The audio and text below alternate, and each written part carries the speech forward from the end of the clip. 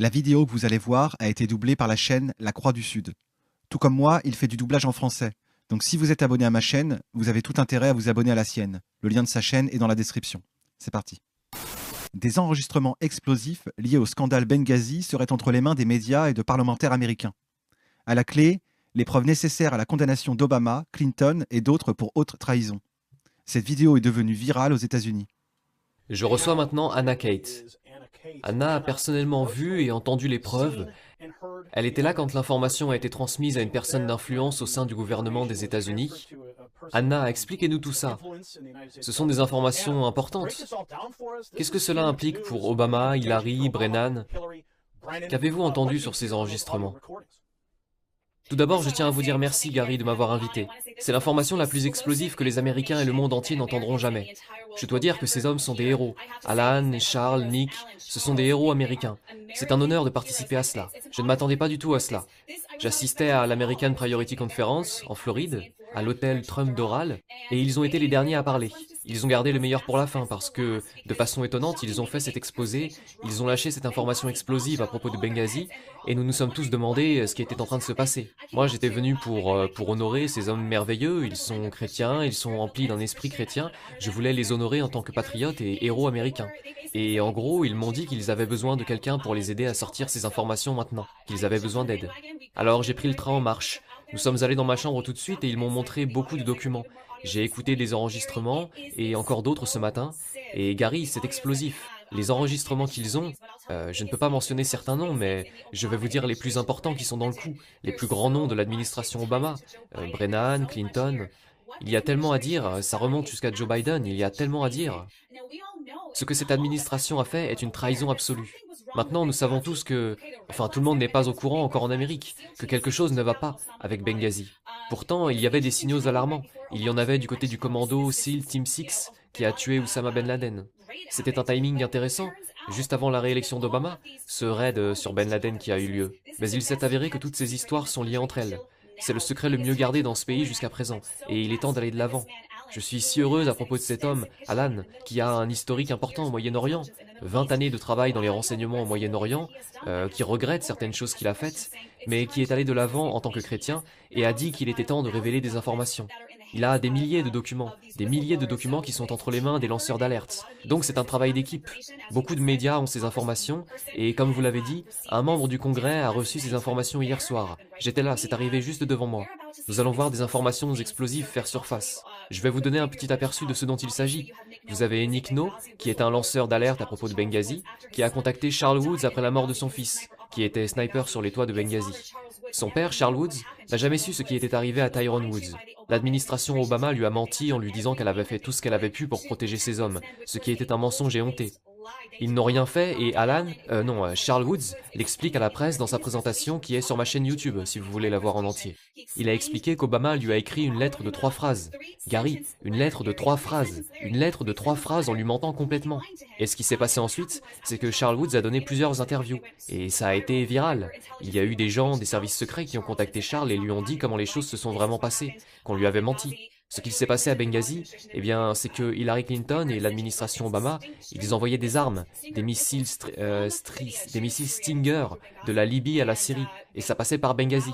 Et ils ont permis que tous ces hommes américains soient éliminés, à cause de ce qu'ils savaient. Ensuite, il a aussi découvert, en plus de ça, qui est déjà fou, il a découvert plus d'informations sur l'équipe SEAL Team 6 et Oussama Ben Laden. C'est tout ça qui est en train de sortir, tout est lié. Donc, d'après ce que j'ai pu comprendre jusqu'à présent, vous savez, en écoutant le lanceur d'alerte lui-même, en regardant les différents articles qui ont déjà été publiés, en discutant avec des gens, avec vous, avec d'autres sources, ce que j'ai pu comprendre ici, c'est que toute l'opération pour éliminer Oussama Ben Laden a été orchestrée par Hillary Clinton. Alors Hillary Clinton s'est lancée, elle a envoyé la SEAL Team 6 sans le dire à Obama, puis ils ont dit à Obama qu'il devrait gérer ça.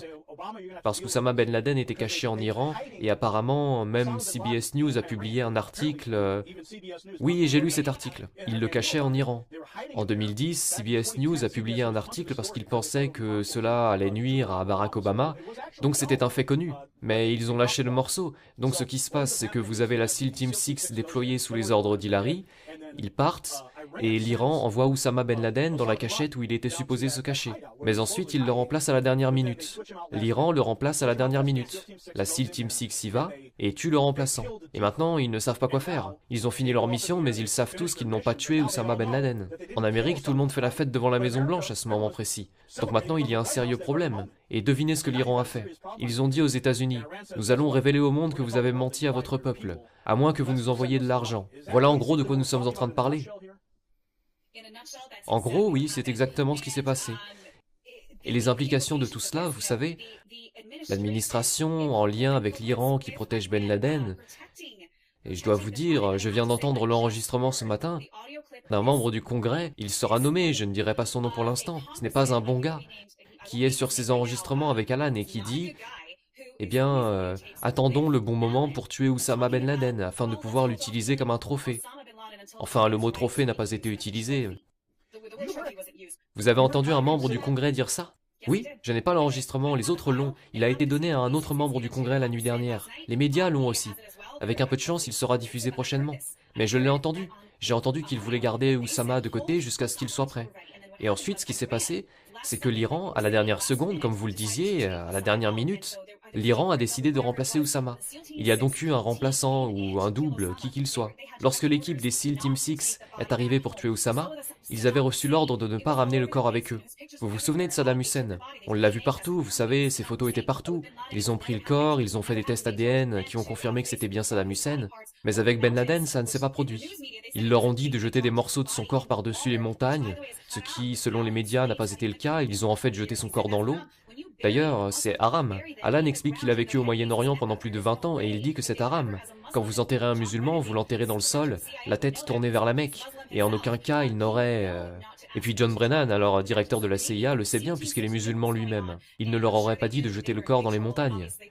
Donc, la SEAL Team 6 savait ce qui était en train de se passer. Et je suis sûr qu'ils savaient qu'ils auraient des problèmes. Et évidemment, ils ont tous été massacrés, et livrés à la mort par cette administration. Enfin, pas par cette administration, par l'administration Obama. Et ce qui s'est passé, comme vous l'avez dit, c'est que l'Iran a dit, les enregistrements, ça va sortir, envoyez-nous 152 milliards, sinon nous dévoilerons les informations et vous ne serez pas réélus.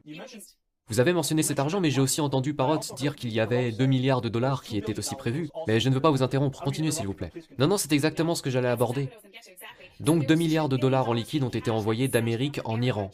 Ces 2 milliards sont mentionnés dans l'enregistrement. Je ne l'ai pas entendu, mais je sais que nous l'avons. Ce que l'administration a dit, c'est que ces 2 milliards de dollars en liquide allaient retourner aux Américains, aux politiciens, pour qu'ils se taisent. Donc ils ont envoyé, vous savez, 150 milliards de dollars, mais 2 milliards en liquide pour que ça puisse revenir et arroser les gens qui gardent ce secret de trahison.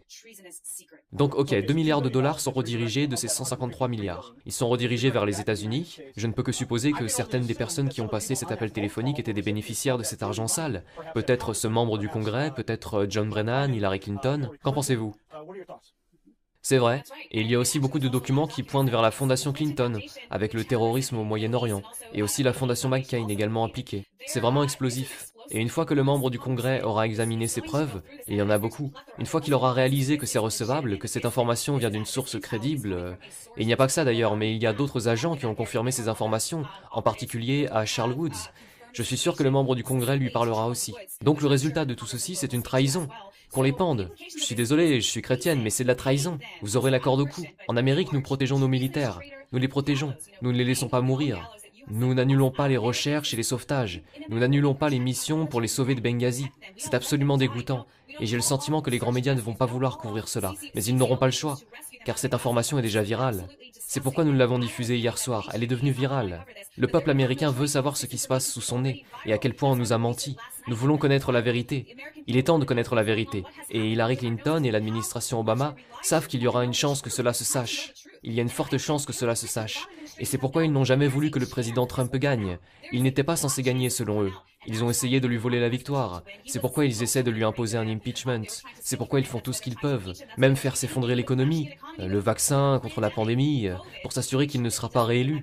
Il sera réélu au nom de Jésus. Et quand ces documents seront publiés, quand le membre du Congrès demandera des audiences, les poursuites viendront. Je ne sais pas si vous avez préparé votre popcorn, Gary, mais moi j'ai préparé le mien pour la justice dans ce pays. Cette année 2020 a été folle, mais avec un peu de chance, elle apportera la justice. Vous dites qu'un membre du Congrès a reçu la majorité des documents hier soir. Vous dites aussi qu'un général très respecté, que vous connaissez tous et que vous aimez, a dit que tout ce qui est sorti est exact. Donc vous avez un général de haut rang qui a déjà confirmé tout ça. Oui, ce général de haut rang l'a confirmé avec Charles Woods. Il a parlé à Charles Woods ce matin et a dit que tout ce que nous avons publié est exact. Ce général sera dévoilé. Je ne veux pas mentionner son nom, mais nous savons tous, beaucoup de gens savent qui il est. Il est très apprécié, donc sur ce point nous aurons, je l'espère, la surprise d'octobre, sur laquelle les gens ont lancé des rumeurs pendant des années. Mais ça y est Gary, c'est ça. Et c'est pourquoi je veux demander à tous ceux qui regardent, maintenant, de partager ces informations autant que vous pouvez, à vos amis libéraux, à vos amis de gauche. Laissez-leur un moment pour installer ça dans leur esprit, avant que ça ne leur explose à la figure à la télévision nationale. Et j'espère que ça arrivera. Je ne vois pas comment ils pourraient s'en sortir, Gary. Tout d'abord, avec la quantité d'enregistrements audio que j'ai entendus, ils ne peuvent pas trouver d'excuses. Il n'y a aucune justification pour ce qui a été pris sur les enregistrements, les documents que John Brennan a signés. Il y a trop d'informations pour qu'ils puissent nier que cela s'est passé. Beaucoup trop. Donc je ne pense pas que ce soit une coïncidence que Kamala Harris ait tenté d'abolir la pendaison pour les actes de trahison, après l'affaire Mulette. Je ne pense pas que ce soit une coïncidence que tout cela soit arrivé. Nous sommes sur le point d'avoir la révélation la plus forte de l'histoire américaine, la plus grande trahison que nous ayons connue dans ce pays. N'oubliez pas de vous abonner et d'activer la cloche pour être informé de mes prochaines vidéos. Vous pouvez me rejoindre sur Twitter et Facebook et vous pouvez me soutenir sur Tipeee et Paypal grâce au lien en description.